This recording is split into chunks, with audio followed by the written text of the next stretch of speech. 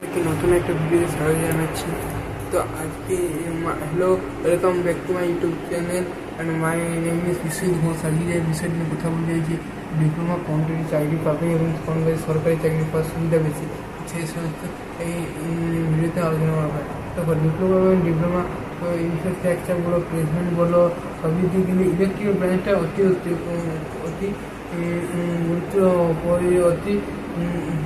অতি পরিচিতি এবং ইলেকট্রিক্যালের সবদিকে বেশি চাহিদা।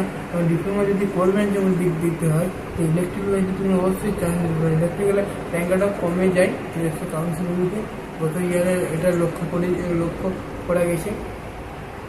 পরে যেটা হচ্ছে যে এটা অতি গুরুত্বপূর্ণ একটি ট্রেড যেটা নতুন, সেটা হচ্ছে যে এটা দিন দিন ধরে কিন্তু বেড়েছে। সেটা হলো ইটিসি, ইলেকট্রিক কমিউনিকেশন ইঞ্জিনিয়ারিং বা ইলেকট্রনিক টেলিকমিউনিকেশন ইঞ্জিনিয়ারিং। এটা যদি বলা হয়, এটা দেখো ইলেকট্রনিক কমিউনিকেশন যে সোলার কোম্পানিগুলো যেগুলো সেল বা কোনো ইলেকট্রনিক জিনিস, আচ্ছা ইলেকট্রনিক জিনিস হলে আজকে প্রায় প্রতিটি জায়গায় ইলেকট্রনিকের জিনিস দেখা যায়। ফোন থেকে ল্যাপটপ থেকে শুরু করে যে কোনো জিনিস ইলেকট্রনিকের ডিমান্ড কিন্তু ধীরে ধীরে বেড়ে চলেছে এবং সেটা বেড়ে যাবে। আর বিটেকের কোথায় ডিপ্লোমা বাদ দিয়ে করলে বলো, তো সিএসসি বা আর্টিফিশিয়াল এআই ট্রেডে দেখতে পারো, ওটা কিন্তু একটা সিএসসি ডিমান্ড এখনও বলছি, সিএসসি ডিমান্ড কিন্তু কমেনি। সে কম্পিউটার সায়েন্স টেকনোলজি ইঞ্জিনিয়ারিং বা সিএসসি কিন্তু ডিমান্ড বেড়ে চলেছে। তো এটা সম্ভবত যে অন্য কোর ব্রাঞ্চগুলো আছে সেখান থেকে একটু আলাদা। তো এই ব্রাঞ্চ করে অনেকটা টাকা স্যালারি ইনকাম করা যায় এবং অনেক প্যাকেজ পাওয়া যায় কিন্তু সিএসসি করে।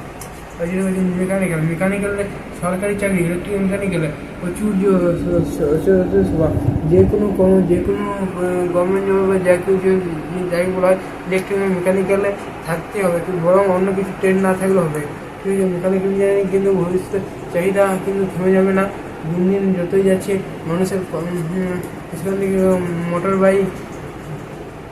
বাইক বা যন্ত্রাংশ, যেমন পাম্প থেকে শুরু করে যে গাড়ি নির্মাণে যে সুবিধা মানুষের উপলব্ধ হয়েছে, তো তার জন্য গাড়ি তৈরি, পাম্প, মোটর পাম্প এবং ফ্যাক্টরি যে কারখানার যে মেশিন, নানা মেশিন বেরোচ্ছে, সেগুলো মেকানিক্যাল কিন্তু প্রাচুর্য সম্ভব আছে।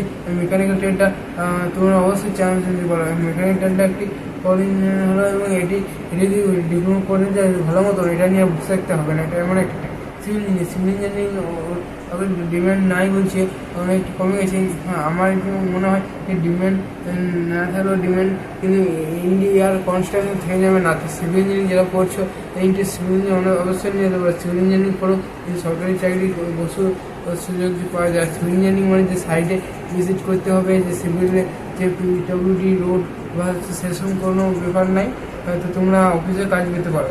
ঠিক আছে, আশা করি ভিডিওটি কেমন লাগলো তোমরা অবশ্যই কমেন্ট করে জানাবে। এবং যে পরে যে কাউন্সিল কত র্যাঙ্ক, কত নাম্বার যে কাউন্সিল যে লিস্টটা প্রথম দিকে ছোটো কম র্যাঙ্ক থেকে বেশি র্যাঙ্কে যে কলেজগুলো লিস্ট আসবে, সেটা এই ভিডিও থেকে পাওয়া যাবে। তখন ভিডিওটাকে অবশ্যই সাবস্ক্রাইব করে রাখবে। আশা করি এই ভিডিওটি ভালো লাগে তোমাদের সবাই। আমি আমার বক্তব্য আজকে শেষ করলাম। তোমরা সবাই ভালো থাকবে, সুস্থ থাকবে এবং বিশ্বজিৎ ঘোষের ইউটিউব চ্যানেলের পাশে থাকবে। ঠিক আছে।